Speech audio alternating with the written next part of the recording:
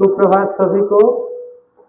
जैसा कि हम लोग सुरक्षित शनिवार के अंतर्गत जो भी टॉपिक रहता है उसके बारे में हम लोग जानकारी प्राप्त करते हैं, तो उसी प्रकार आज का जो हमारा टॉपिक है वो है नाव दुर्घटना एवं पानी में डूबने से बचाव के संदर्भ में जानकारी। सबसे पहले है नाव दुर्घटना। तो नाव दुर्घटना होती क्यों है? तो अभी का जो समय है ये बरसात का मौसम है। इसमें क्या होता है, बारिश के कारण जो नदियों का जल स्तर है वो बढ़ जाता है। इसके अलावा नहर है, नदी है, जो भी जलाशय है उसका भी पानी का स्तर जो है वो बढ़ जाता है। और जो नदियाँ पहाड़ी क्षेत्रों से आती है वो अपने साथ आसपास की जो भी गाद है, सीट है, इस सब की मात्रा उसमें क्या होती है, बढ़ते जाती है और उसका जो गहराई है वो कम हो जाता है, जिसके कारण पानी जो है वो आसपास के इलाकों में फैल जाता है और बाढ़ का कारण बन जाता है।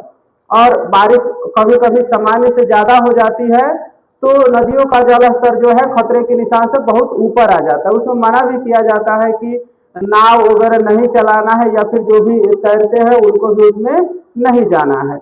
लेकिन इसमें क्या होता है, जो बातों को अनदेखा करते हैं, इसमें सरकार के द्वारा भी चेतावनी दी जाती है कि जल स्तर बढ़ा हुआ है उसमें आप लोग नाव न चलाएं। लेकिन कभी कभी क्या होता है, नाव चलाया जाता है जबरदस्ती और वो क्या होता है, नाव जो है लहरें जब आती है तो उसमें नाव पलटने की संभावना ज्यादा रहती है, कभी कभी पलट भी जाती है। तो ये एक कारण है। इसके अलावा और भी कई कारण है, जैसे नाव का जो क्षमता है उससे ज्यादा क्या होता है, उसमें लोड कर दिया जाता है। जैसे अगर सवारी वाला है तो उसमें अगर मान लीजिए कि 50 आदमी को बैठने की कैपेसिटी है, उसमें अगर 100 आदमी बैठ जाते हैं तो क्या होता है, वो लोड सहन नहीं कर पाता है और धीरे धीरे नाव जो है बैठ जाता है। उसमें क्या होता है, जितने लोग होते हैं वो डूब जाते हैं। कभी कभी ये भी होता है कि दो नावों में होड़ लगी रहती है और आपस में टकरा जाने के बाद क्या होता है कि वो भी डूब जाता है। इसके अलावा एक और चीज है, जो उसमें मशीन लगा रहता है, कभी कभी उसका इंजन भी फेल हो जाता है, जिसके कारण भी नाव दुर्घटना हो जाती है।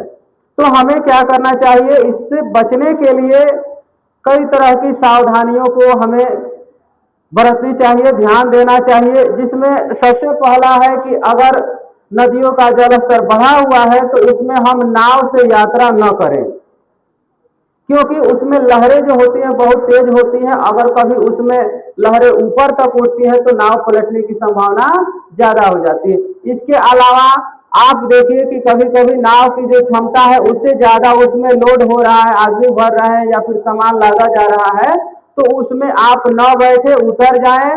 यहाँ तक कि कोशिश करें कि जो नाव के मालिक हैं उनको भी बताएं कि इसमें जरूरत से ज्यादा, यानी कि इसकी जो क्षमता है उससे ज्यादा इसमें सामान लोडिंग हो रहा है, उसको कम कराएं।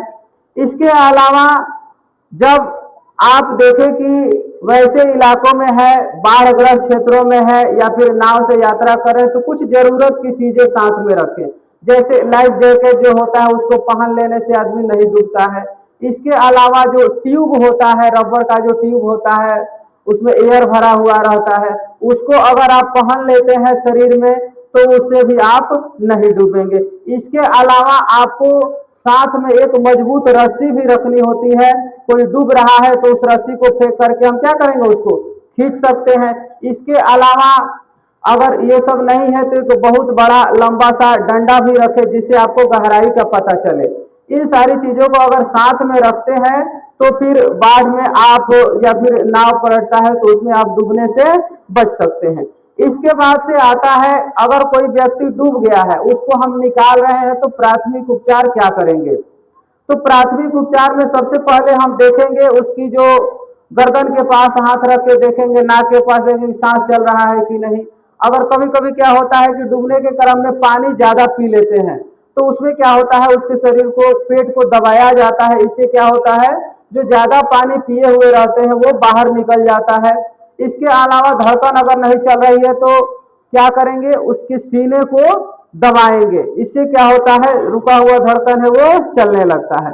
तो अगर हम इस तरह के प्राथमिक उपचार करते हैं तो जो भी हमें परेशानियां होती है वो खत्म हो जाती है। तो इस तरह से आप नाव से बच सकते हैं। और एक जरूरी चीज है कि सरकार के द्वारा पहले ही चेतावनी दे दी जाती है।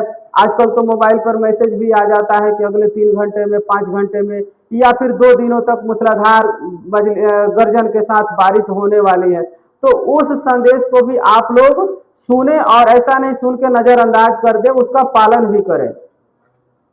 ठीक है, तो इसी के साथ अपना खत्म करते हैं बात। धन्यवाद।